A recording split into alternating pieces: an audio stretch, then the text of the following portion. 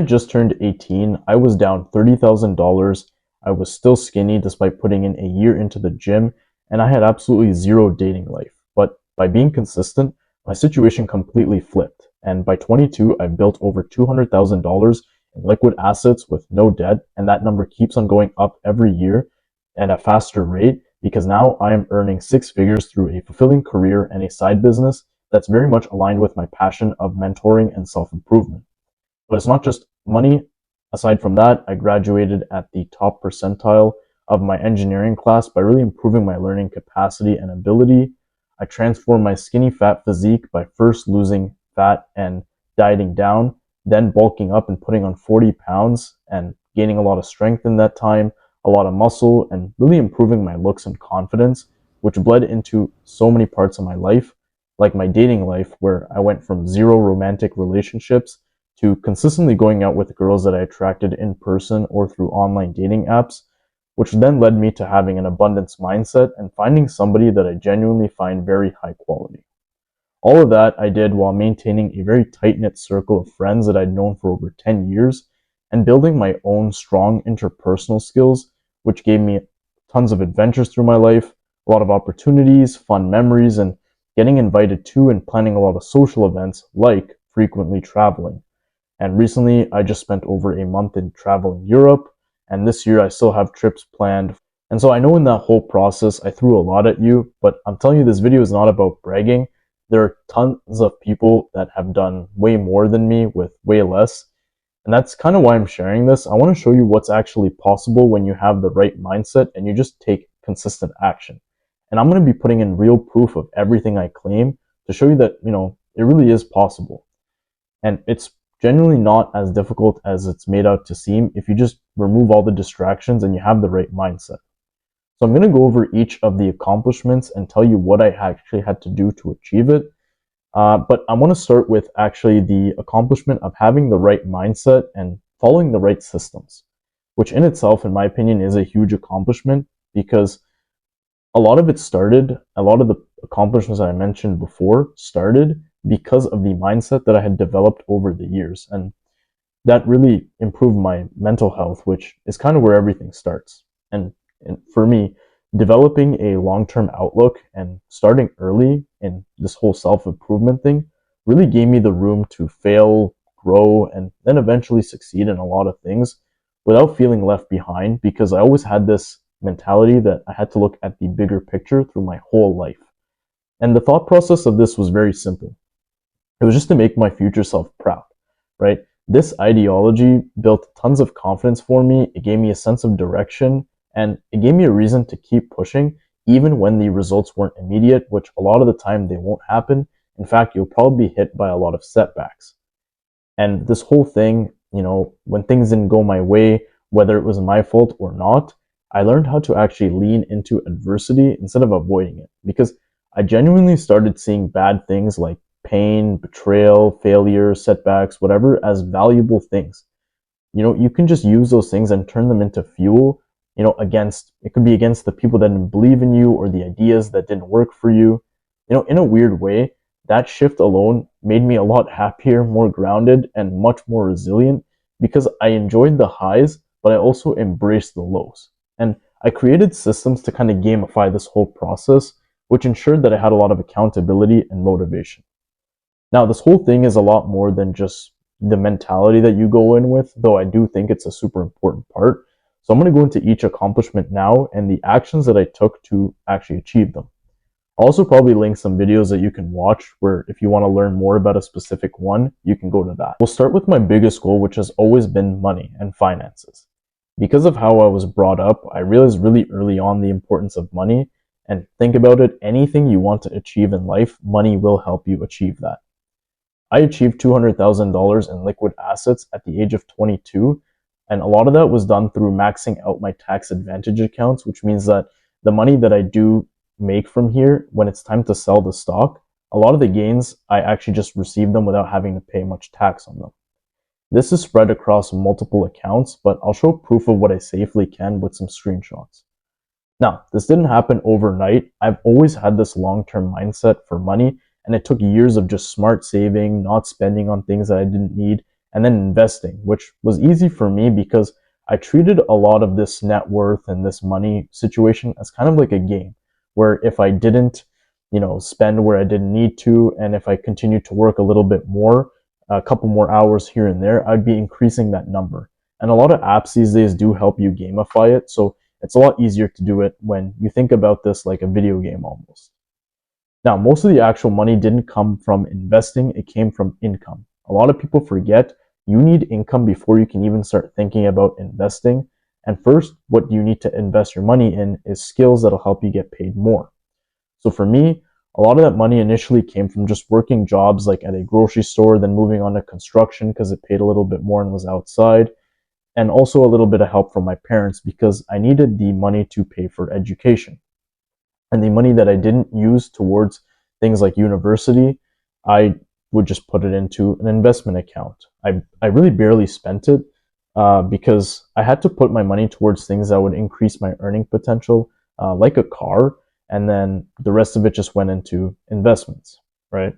And I also had to put in money to my university for what I do right now, and which got me a really nice salary, which is computer engineering. And it's my first year in it, and my full-time job alone pays $90,000. That's just the base, and then with bonuses, benefits, and my side business of tutoring, which I will get into later, I'm making around six figures. Now, I'm most proud about this income that I have because it's very repeatable, it's steady, and it's quite sustainable compared to a lot of the things that you will see on YouTube Finance. And most of the money that I made that I didn't put towards skill acquisition, so skill acquisition being like putting towards university, I just invested it. And I primarily invested in a total market index fund because it literally takes no time to invest in it. You just put your money into it, you just dollar cost average, whatever your period is with whatever money you have. And also, you'll more than likely outperform yourself if you decided to go into individual stocks.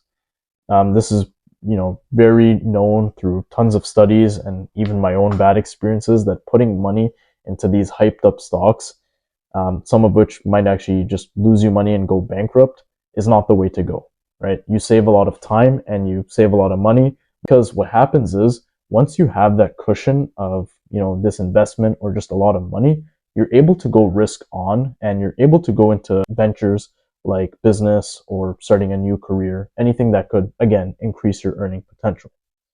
So, a smaller but meaningful accomplishment, I think, that really did help me get this job is that I finished in the top percentile of computer engineering degree in my school. And so I've always been very strong academically. That's kind of why I picked the engineering degree because it had a high demand, there was good pay, and it was something that I could still treat as like sort of competition because they did have a pretty rigorous grading system. Nice thing is when I got into university, I kept up that energy, and my friends and I kind of had like a little friendly competition, friendly rivalry where we never gate kept any information that we knew, and we always helped each other. But at the same time, we all wanted to do better than each other. And you've got to find something that you are good at, so that you get this kind of competitive feeling. Because I'm telling you, if you're in school or you're anywhere where you're trying to learn something, if you can kind of build a community where we're all trying to help each other, you're going to get a lot of information that you wouldn't have gotten otherwise, and then you're also going to get a lot of motivation because we are humans, we are social creatures. We get a lot of motivation from other people. So that's a huge tip that I have for you, that you need to be collaborating if you're in any sort of learning environment. And the thing that you are going to start learning in, it has to be something that you kind of have a talent in. You're already naturally good at it. It has to have some sort of earning potential, meaning like it has to solve some sort of problem, and it has to be something that you at least don't hate, right? Because as long as if you're like if you're pretty good at it, and in fact if you're great at it, then you'll gain a lot of leverage in whatever industry you want to go in, because people will want to have your services or your business. So then you can orient yourself towards things that you like more. But again, it just has to be something you don't absolutely hate doing, but at the same time, it needs to have that demand where you're filling in something and you're getting paid to solve somebody's problem. So this whole thing of doing well academically, it also gave me the chance to start my own side project as a private tutor and mentor. So it started out as me just helping students with school, and then it became something bigger because once they saw their grades improve, and you'll notice this maybe with your own self improvement, I gained their trust and authority to help them with things like their fitness, their nutrition, their mindset, and just their career goals in general. And so for me, getting paid for something I genuinely wanted to do anyway was a huge win. And it made, working 12-hour days, balancing school, work, fitness, and then this side project and side hobby that I had, it made it super easy because it was something that I already wanted to do. And that whole experience made me a better learner itself because now when I study with a mindset that I actually have to teach it to somebody. And really, if you can't explain it yourself, then you don't know it yourself. So that whole thing was very transformative, not only for, the side business that I wanted to do and my finances, but also me becoming a better learner. And I put all of that in a separate video if you want to see that one too. But now let's move on to the fitness aspect of my accomplishments. So I started with a terrible skinny fat physique, like the Indian genetics like really kicked in for me there. And at the beginning, my only goal was just to get abs, which I did accomplish, and I could have stopped right there. But the gym itself became a little bit of a game to me as well. Like I gamified that too, and I kind of needed like the sequel to the game. And what really hit it for me was when I saw a photo of myself in a t-shirt and it looked like I did not lift a weight. I was just so skinny in that t-shirt. I was super small. And at the time I was still really weak, even though I had abs. So then I realized I needed to bulk up and I went from 135 pounds to 180 over, a couple of years. And in that whole time, I gained a lot of strength. And in my opinion, I think a lot of people forget this phase. They forget that you first need to build the foundation and build the muscle first before you cut down. Otherwise, you just end up very lean but weak. And, because I had bad genetics, I used that pain of just wanting respect and status for how I looked to push myself, even when the results were very slow, painfully slow actually, and scary. And I still have ways to go for my physique, but I'm very proud that first I was able to hit my initial goal of getting down to abs and getting very lean, then also becoming a lot stronger in the gym, increasing my deadlift, increasing my bench press, and then also just maintaining a pretty nice physique, I would say, when I'm pumped. And it was also the mental battle of just learning how to leverage those negative feelings of, wanting to be better and putting it towards something productive that itself actually just increased my confidence. And it also increased my confidence as well as my appearance. And something else that did that for me in the fitness realm is basketball. It's a sport that I really love playing. It's something that I'm pretty good at. I'm above average in it at least. And what's nice about it is like it really improved my confidence because it gave me instant status in a lot of circles. It gave me a social circle itself with a lot of friends that I've made through basketball. It's given me a direct source of competition that we know is very important for, the health of young men. And it was just a great form of exercise because I wanted to push myself. And so it's something that kept me, physically strong, but also mentally strong. And, there was a real like sort of achievement with basketball because it's a sport. Whether that was, playing for a small league or playing in playoffs at school, whatever the case is. All of these small wins that I had kind of naturally carried over into other parts of my life, and that being my dating life.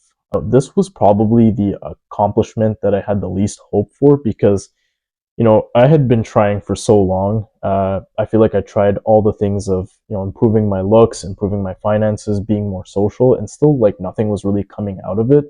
And one of the main reasons that nothing was happening is because I wasn't really being honest with my intentions. Like I never actually, tried to ask a girl out, or I never actually tried to download a dating app. Like I never put that step forward. And, after I had improved my looks and gained a little bit of status because of the accomplishments that I had, when I did become honest with myself with, hey, I want this in my life, I think it's time, I was able to, really succeed in this part. For online dating, for example, like I was getting about 8+ matches a week, and I would always have a date lined up for the weekend, whether it was somebody I met in person or somebody that I met online. And that kind of gave me an abundance mentality which really helped me attract a high quality girl, somebody who I deem very attractive, but also feminine, smart, and super wholesome. And all of it only happened because I wasn't desperate, right? I had some options, so I could be very honest and communicative with her without putting her on a pedestal. And all of that I think is very important, because you could have accomplished all of these things, but if you don't know how to display it, and you just haven't had that experience, it can be something that's pretty daunting. Through this whole improving your dating life and getting into relationships, but also just self-improvement in general, one big mistake that I see a lot of guys make is neglecting their friends and their current social circle. I've been lucky to have a lot of close friends since middle school who I'm still very close with and are successful in their own regard. But most importantly, they look out for me as I do for them. It's really important to have a sense of community and brotherhood, especially with people that you can trust, because that, pushes you to do better, but also gives you a sense of belonging. And it's also important that you can have fun with these people. And how do you do all of this stuff? How do you create that community? You have to kind of provide value to these people, not in just an attention seeking way, but through small things like making sure everybody's included, everybody's having a good time. And this isn't just important at a friends level. This you have to do especially with people like your family. Especially if your family has been very supportive of you.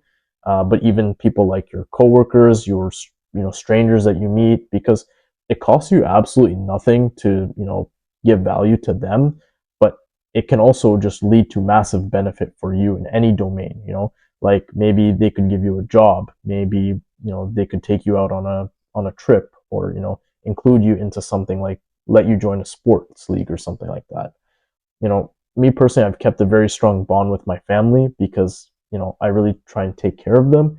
And that's because they've really taken care of me. I wouldn't be where I am without them. And with this well connected social circle of friends, family, my coworkers and everything, I've had a lot of adventures and stories that I'll just never forget because they're with other people.